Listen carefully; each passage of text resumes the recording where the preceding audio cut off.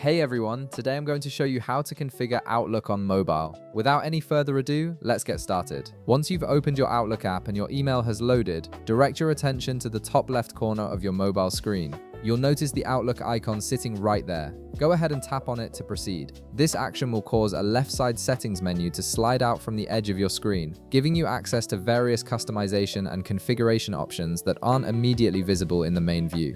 From this slide out menu, scroll down towards the bottom section where you'll find a gear icon. This is your gateway to all the settings and configurations available in the Outlook mobile app. Tap on this gear icon to open your Outlook settings window. Here you'll find various options to personalize and adjust how your email client functions. Within the settings window, look for the general section. Under this section, you'll see a tab labeled Accounts.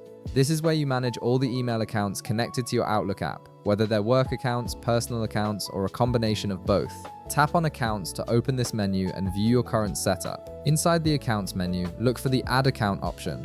This feature allows you to integrate additional email addresses into your Outlook mobile app, making it a centralized hub for all your email communications.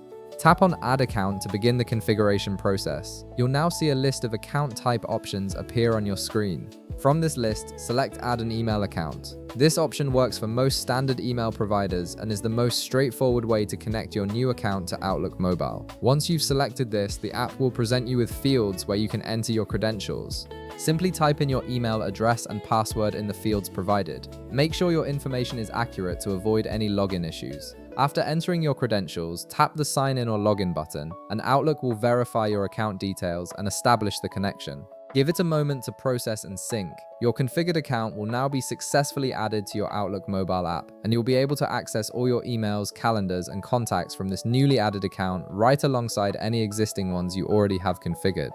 If this video helped you out, be sure to leave a like, subscribe, and I'll see you in the next one.